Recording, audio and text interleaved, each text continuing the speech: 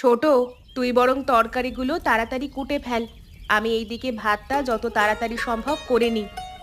ঠিক আছে দিদি, তাই করছি। আমি তরকারিগুলো কুটতে থাকছি। মেজ বউ কোথায়? ওকে এখনো ঘুম থেকে ওঠেনি? জানি না দিদি, কে কি করছে তার দিকে অত খোঁজ খবর রাখি না। আমাকে সংসারের কাজ করতে হবে, তাই আমি করছি। তা তো বটেই, বড় বউ হবার খাতিরে আমাকে তো এসব দিকে খোঁজ রাখতেই হবে।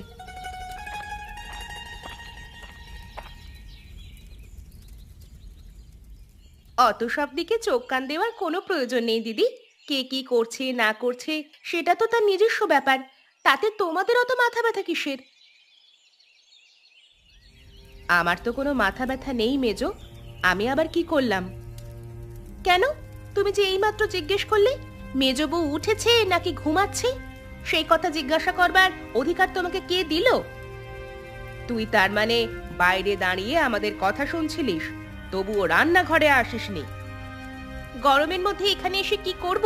এই তিন পরিবারের একটাই তো চুলা, সেখানে দুজন মিলে রান্না করলেই অনেক। আমার আবার কিসের প্রয়োজন? তুই এ কি বলছিস মেজো? আমাদের আবার তিন পরিবার কোথায়?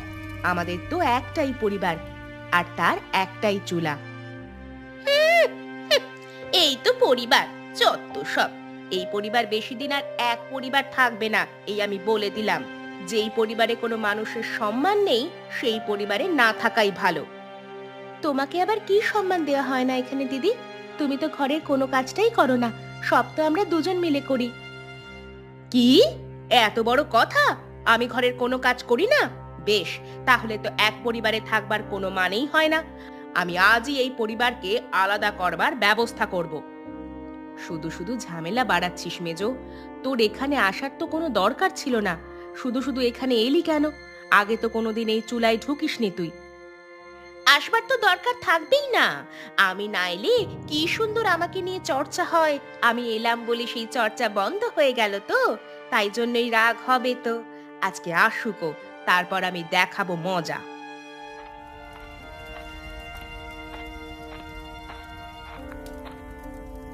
এবার কি হবে বলতো ছোট? যা হবার তা দেখা যাবে। তুমি এত ভয় পেও না তো দিদি। ও সব সময় চালাকি করবে আর ওকে ছেড়ে দেব, সেটা তো হয় না।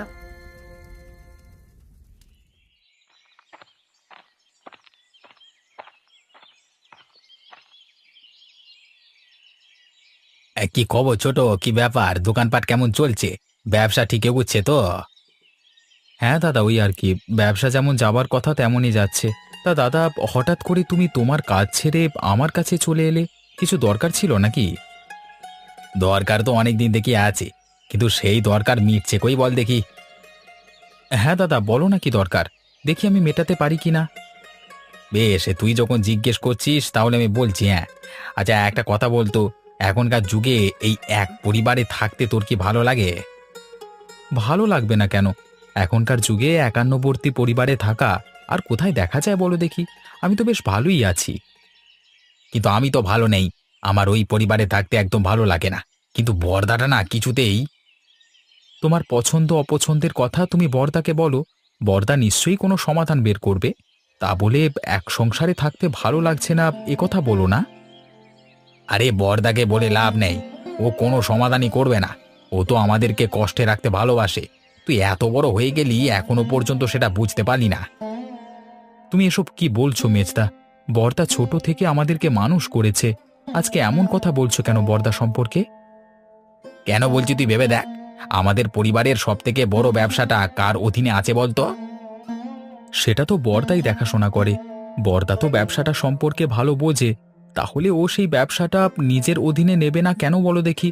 আর ওখান থেকে তো আমাদের ক্ষতি কিছু হচ্ছে না। আরে চাঁদু, ক্ষতি হয় কি না হয় সেটা তুই বুঝলি কি করে? ওই সুদের কারবারি থেকে কত টাকা পরিবারে দেয় আর কত টাকা নিজের পকেটে ঢোকায়, সেই হিসেব কি তোর কাছে আছে? হ্যাঁ, হিসেব রেখে আমি করবোটা কি বলো দেখি? বর্দা তো এখনো পর্যন্ত সংসারের সবকিছুই নিজের হাতে টানে। একটা সবজির বাজার থেকে আরম্ভ করে সমস্ত কিছু বর্দাকে নিজেকেই করতে হয়। আমাদের তো আর সেখানে কোনো টাকা ঢালতে হয় না। ধ্যাৎ, তুই সারা জীবন একটা গাধাই রয়ে যাবি, তোকে বুঝিয়ে লাভ নেই। শুধু শুধু আমার সময় নষ্ট। যাই, আমি বরং এখান থেকে চলে যাই। ধ্যাৎ।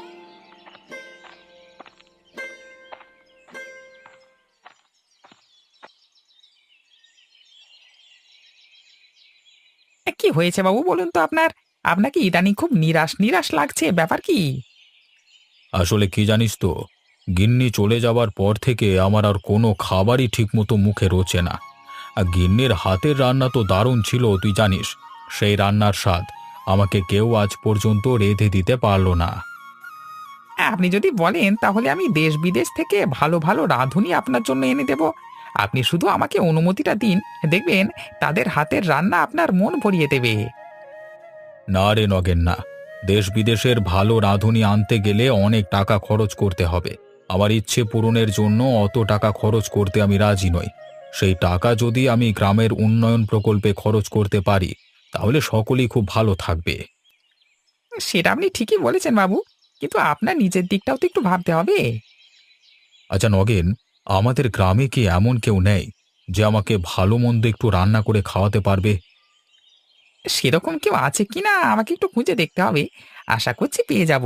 আমাকে একটু সময় দিন, হ্যাঁ। হ্যাঁ, আপনি যখন ইচ্ছে করেছেন যে গিন্নি মায়ের মতো হাতের রান্না আপনি খেতে চান, তখন আমি আপনাকে খাওয়াবোই খাওয়াবো। আপনার কোনো ইচ্ছে আমি অপূর্ণ হতে দেব না। এই জন্যই তো তোকে খুব ভালোবাসি। আচ্ছা, তার আগে কি তোর কিছু টাকা পয়সার প্রয়োজন আছে? হ্যাঁ বাবু, আমার নাম নগেন হতে পারে, হ্যাঁ। আপনি ওই কার্টুন গল্পের নগেনের সাথে আমার তুলনা করছেন কেন, হ্যাঁ? আমি কি সবসময় টাকা টাকা করে লাফাই নাকি, হ্যাঁ? আপনি কি যে বারবার এক কথা জিজ্ঞাসা করেন। ঠিক আছে, ঠিক আছে, আর জিজ্ঞাসা করব না।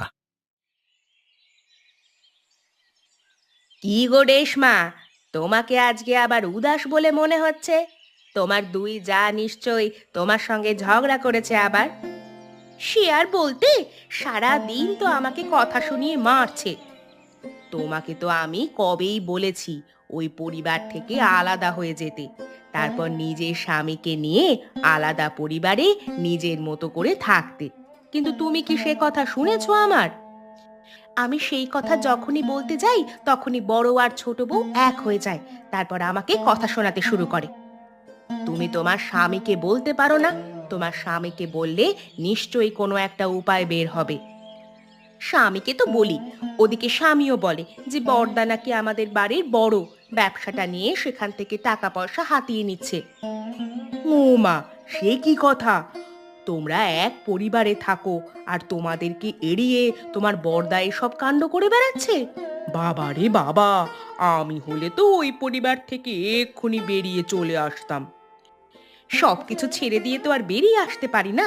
গোটা পরিবার ভাগাভাগি করে আমার ভাগের সম্পত্তি আমি বুঝে নিয়ে তারপর বেরিয়ে আসব। হ্যাঁ হ্যাঁ, সেটা তুমি ঠিকই বলেছ, কিন্তু এই সম্পত্তি ভাগাভাগিতে তো অনেক ঝগড়াঝাটি হবে। সেসব তুমি একা সহ্য করতে পারবে তো? ঝগড়াঝাটি তো আর বারবার হবে না, হবে একবার। যা হবে আমি সহ্য করে নেব। হ্যাঁ, ঠিকই বলেছ। এই সব লোকের দিকে একবার কিছু না বললে হবে না, সব সময় পেয়ে বসবে।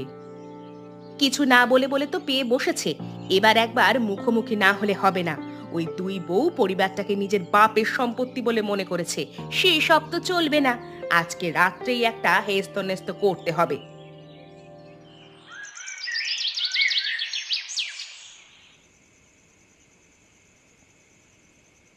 কি হলো গিন্নি, তোমার মন খারাপ মনে হচ্ছে? ব্যাপার কি? ব্যাপার আর তোমাকে কি বলি, আমাদের তিন বউয়ের এক পরিবারে থাকা সম্ভব নয়। এক পরিবার থেকে এক চুলায় রান্না করে আমাদের প্রত্যেক দিনই নিজেদের মধ্যে অশান্তি লেগে থাকে। আরে কি হয়েছে আমাকে খুলে বলো। কি নিয়ে অশান্তি লেগে থাকে? এই ঘরের সমস্ত কাজ আমরা দুই বউ মিলেই করি, আমি আর ছোট বউ। মেজ বউ একটা কাজও করে না, উপরন্তু আমাদের কাজের খুঁত ধরে। এইভাবে কতদিন সহ্য করা যায় বলো তো? মানুষের তো সহ্যের একটা সীমা আছে। গিন্নি, তুমি এই বাড়ির বড় বউ, তোমাকে বাকিদের তুলনায় অনেক কিছু বেশি সহ্য করতে হবে। সহ্য তো করছি গো, কিন্তু কতদিন আর সহ্য করা যায় বলো তো? মেজ বউ যদি নিজেকে পরিবর্তন না করে এবং সারা জীবন যদি এভাবেই চলতে থাকে, তাহলে তো আর পরিবারে ভালোভাবে থাকা যায় না। আমরা যদি কিছু কথা শোনাতে যাই তাহলে হিতে বিপরীত হবে। আমাদের কথা শোনানো যাবে না, তাই চুপচাপ সহ্য করে যাওয়া আমাদের কাজ। সময় হতে দাও, ওরা নিশ্চয়ই নিজেদের ভুল বুঝতে পারবে। মেজ বৌদি সব সময় আমাদের দেখলেই ওরকম করে। তুমি এর একটা সমাধান করে দাও, এভাবে তো চলতে পারে না। কথাটা তুমি ভুল বলনি। আমি দেখি প্রায় আমার দোকানে মেজদা এসে বর্দার নামে কটু কথা বলে, কান ভাঙানোর চেষ্টা করে। তাই নাকি? কি বলে? বলে দাদা নাকি আমাদের বড় ব্যবসাটা থেকে অনেক টাকা চুরি করে নিয়ে নিজের পকেটে ঢোকাচ্ছে। কি মিথ্যে কথা বলে গো! বড়দা আমাদের পরিবারের জন্য কত কি করে, আর সেই বড়দার নামে এত বড় কথা! আমি তো মেজদার কোনো কথাই কানে নিই না। নিজের কোনো কাজ নেই, সারাদিন এসে শুধু আমার কানের কাছে এসব কথা বলে আমার মনটা বিষিয়ে দেওয়ার চেষ্টা করে। আমি অনেক কষ্ট করে নিজেদের সংযত রাখি। তুমি তোমার দোকানে ওকে বসতে দাও কেন? ওরা দুজনেই সমান। মুখের ওপর তো আর চলে যেতে বলতে পারি না। আমি অনেক চেষ্টা করছি ছোটকে নিজেদের দলে টানবার, কিন্তু কিছুতেই তাকে দলে টানতে পারছি না। কিন্তু আমার যে আর এখানে ভালো লাগছে না। তুমি যত তাড়াতাড়ি সম্ভব আমাদের পরিবারটাকে আলাদা করবার ব্যবস্থা করো। আজকে তুমি একটু বেশি রেগে আছো বলে মনে হচ্ছে গিন্নি। সারাদিন ধরে অন্য লোকের কথা শুনতে তো ভালো লাগে না। তিন পরিবারের এক চুলায় আমাকে তো ওরা ঢুকতেই দেয় না। ওরা নিজেরা নিজেদের ইচ্ছে মতো কাজ করে, আর আমি কিছু বলতে গেলেই যত দোষ। না গিন্নি না, এইভাবে আর এক পরিবারে থাকা যায় না। কালকেই আমি দাদার সাথে কথা বলবো। একবার মুখোমুখি কথা বলবার প্রয়োজন আছে। জিনিসটা বড্ড বাড়াবাড়ির পর্যায়ে চলে যাচ্ছে। তোমার পেছনে ওই দুটো বউ মিলে সারাক্ষণ পড়ে আছে, এটা তো হতে পারে না। হ্যাঁ গো, তুমি অন্তত কিছু করো, না হলে তোমার ওই দুই ভাই আমাদেরকে আর বাঁচতে দেবে না।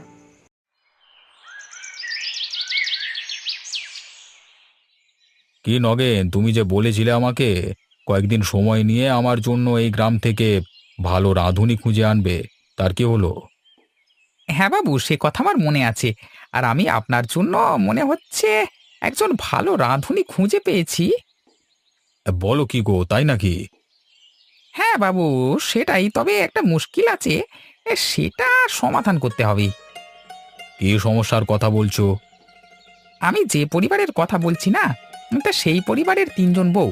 শুনেছি নাকি মেজ বউয়ের মন ভালো নয়, তা বড় বউয়ের হাতের রান্না ভালো, ছোট বউ জোগাড় দেয়, বুঝলে না? তাতে আমার কি, আমি ভালো রান্না খেতে পারলি হলো। আপনাকে ভালো রান্না খেতে হলে এদের মধ্যে প্রতিযোগিতা বাঁধাতে হবে। না ভাই নগেন, আমি তোমাকে আগেই বলেছি, আমার কোনো ইচ্ছে পূরণের জন্য আমি কাউকে কোনো দিন ব্যবহার করব না। আমি এখনো সেই সিদ্ধান্তে অটল আছি। ঠিক আছে বাবু, আপনাকে প্রতিযোগিতা করাতে হবে না, কিন্তু আপনাকে গিয়ে ওদেরকে আদেশ করতে হবে যে আপনি ওদের থেকে সেরা রান্নাটি খেতে চান, বুঝলেন না? সে ব্যবস্থা আমি করে নেব, তুমি ওসব নিয়ে চিন্তা করো না। আমাকে সেখানে নিয়ে চলো, বাকিটা আমি দেখে নেব। ঠিক আছে বাবু, চলুন। এখন তো সকাল, এই সকালবেলায় তাহলে যাওয়া যাক। হাঁটাও হবে আর আপনার ইচ্ছা পূরণ করাও যাবে। চলো তবে যাওয়া যাক।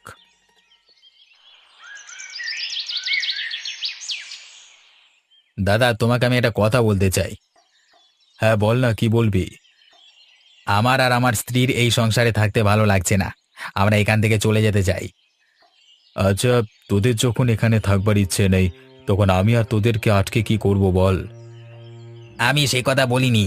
আমি তো এখান থেকে যাব বটেই, কিন্তু তার আগে এই পরিবার ভাগ করে আমি সমস্ত সম্পত্তি নিয়ে যাব।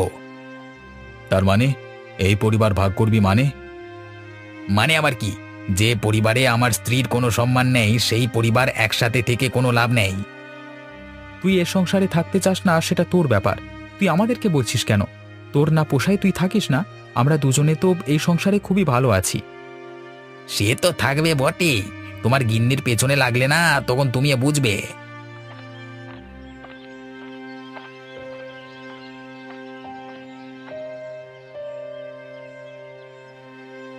কি কার পিছনে লাগে সেটা আপনি না জেনেই বলে দিচ্ছেন কেন দাদা? আপনার কি না জেনে কথা বলা উচিত হচ্ছে? ছোট বউ, তুমি আমাদের ভাইয়ের কথার মাঝখানে কথা বলতে আসবে না। কেন আসবে না? ও তো সারাদিন ঘরেই থাকে। অতএব ঘরে কে কি করে সেটা ওর থেকে ভালো কেউ জানবে না। তোরা দুটো মাথা এক হয়েছিস তাহলে? হ্যাঁ বেশ, আমিও দেখে নেব তোমাদের এই দলবাজি কতদিন থাকে। ভাই, সকালবেলায় মাথা গরম করিস না। কাজকর্মের অনেক অসুবিধে হবে। তোর যদি একান্তই এই পরিবারে থাকতে ইচ্ছে না করে, তাহলে তার ব্যবস্থা আমরা করে দেব। তোর ভাগের কোনো জিনিস আমরা নেব না। দাদা ঠিকই বলেছে, আমাদের কিছুই প্রয়োজন নেই তোমার জিনিস। আর তুমি সকালবেলায় এই কথাটা তুলে ঠিক করনি, বুঝলে? আমি কি ঠিক করেছি কি ভুল করেছি সেই জ্ঞান তোর কাছ থেকে শুনতে হবে এই। রমেশ, ঠিক করে কথা বল।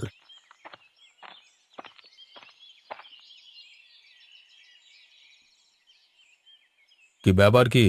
তোমাদের তিন ভাই সকালবেলা এরকম চিৎকার চেঁচামেচি করছো কেন? আরে বাবু, আপনি আপনি আমাদের বাড়িতে এসেছেন, কি সৌভাগ্য আমাদের। আসতে বাধ্য হলাম। আপনি না এলেও আমি আপনার কাছে যেতাম বাবু। কেন, কি দরকার? আমার আর এই পরিবারে থাকতে ভালো লাগছে না। আমি সেই কারণে এই পরিবার আলাদা করতে চাই, তাই আপনার সাহায্য চাই।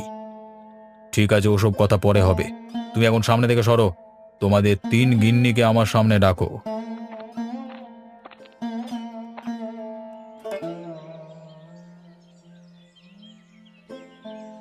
শোনো তোমরা, আমার ইদানিং খুব ভালো রান্না খাওয়ার ইচ্ছে হচ্ছে। তা আমি গ্রামের সমস্ত লোকের কাছ থেকে শুনেছি যে তোমাদের ঘরে নাকি খুব সুন্দর সুন্দর রান্না হয়। তাহলে আমি তোমাদেরকে আজকে বলে যাচ্ছি, তোমরা তিনজনের মধ্যে যে আমাকে ভালো রান্না করে খাওয়াবে তাকে আমার তরফ থেকে নগদ ২,০০০ টাকা পুরস্কার দেব। কিন্তু বাবু, আমি তো তেমন রান্না বান্না পারি না, তাহলে রান্না করব কি করে? আমার বদলে বরং দিদি রান্নাটা করুক, আমি না হয় দিদিকে সাহায্য করব। বেশ, তুমি এই যে সত্যি কথা বললে যে তুমি রান্না পারো না, তাতে আমার খুব ভালো লাগলো। ঠং দেখলে বাঁচা যায় না। এতদিন ধরে তাহলে শিখলেটা কি, হ্যাঁ? এই কারণেই তুমি এই সংসারটা ভাঙতে চাও না, তাই না? নিজে করে খাবার তো মুরদ নেই। তুমি চুপ করো। আমার সামনে ঝগড়া ঝামেলা করবার চেষ্টা করবে না। তুমি কি রান্না করতে পারো? হ্যাঁ, পারবো না কেন?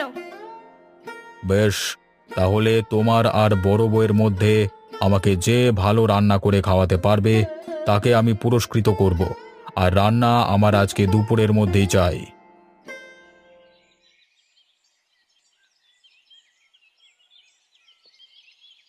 আজকে আমি আগে রান্না করব।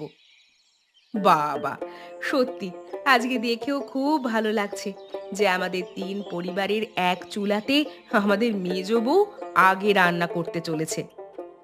কেন দিদি, আমাকে দেখে খুব রহস্য করতে মন চাচ্ছে, তাই না? তাহলে শুনে রাখো, আজকের মোড়ল মশাইয়ের কাছ থেকে ২,০০০ টাকার পুরস্কার আমিই নেব। আমিও তো সেটাই চাই যে তুই এই পুরস্কারটা জিতে নে।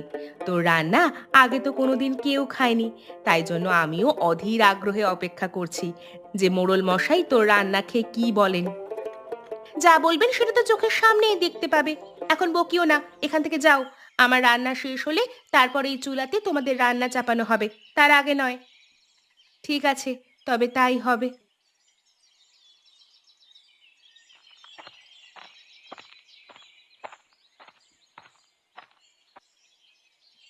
আহা, তোমাদের তৈরি রান্না থেকে খুব সুন্দর ঘ্রাণ বের হচ্ছে। আশা করছি আমার গিন্নির মতো রান্না তোমাদের দুজনের মধ্যে নিশ্চয়ই একজন কেউ করতে পেরেছে। এইবার তোমরা একে একে খাবারগুলো বাবুর সামনে রাখো। বাবু খেয়ে বলবেন কার রান্না কেমন হয়েছে।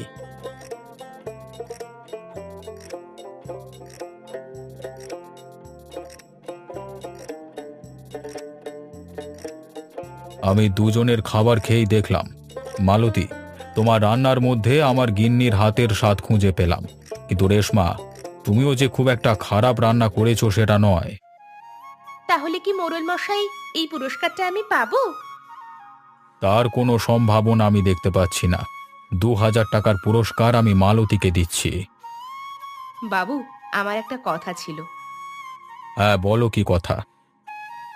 আসলে বাবু, আমার রান্না করতে আমাদের ছোট বউ আমাকে অনেক সাহায্য করেছে, কিন্তু রেশমা একা হাতে সমস্ত কিছু ব্যবস্থা করেছে। তাই আমি চাইছিলাম এই পুরস্কারটা তাকেই দেওয়া হোক। বেশ, তুমি যখন চাইছো তাহলে তাই হোক। আমি ২,০০০ টাকার পুরস্কারটা ওর হাতেই তুলে দিচ্ছি। সত্যি দিদি, তুমি আমাকে পুরস্কারটা দিতে চাও? আমি জানতাম যে তোর মধ্যে অনেক গুণ আছে, কিন্তু তুই সেই গুণ ভালোভাবে ব্যবহার করিস না। আসলে আমাদের তিন পরিবারের এক চুলা হওয়ার কারণে তুই কোনোদিন রান্না করার সুযোগই পাস না। তিন পরিবার কেন বলছো দিদি? আমাদের তো একটাই পরিবার। তোরাই তো সকালবেলা আলাদা হতে চাইছিলিস। না দিদি, তোমাদেরকে ছেড়ে কোথাও গিয়ে আমরা ভালো থাকবো না। আমি এতদিনে বুঝতে পেরেছি তোমরা আমাকে কতটা ভালোবাসো। আমি তোমাদের সঙ্গে এতদিন যা খারাপ ব্যবহার করেছি তার জন্য আমি ক্ষমা চাইছি। ক্ষমা চাইতে হবে না রে বোন, তুই যে নিজের ভুলটা বুঝতে পেরেছিস এটাই অনেক। বাহ, তাহলে তো খুব ভালোই হলো। তোমাদের পরিবারের মধ্যে সমস্ত অশান্তি মিটে গেল। হ্যাঁ বাবু, আর এই সব কিছু হয়েছে আপনার জন্য। আপনি না থাকলে এই সুযোগ কোনোদিন আসতো না। আমি আর কি করলাম? ধরে নাও ওপরওয়ালা আমার হাত দিয়ে এই কাজ করিয়েছে।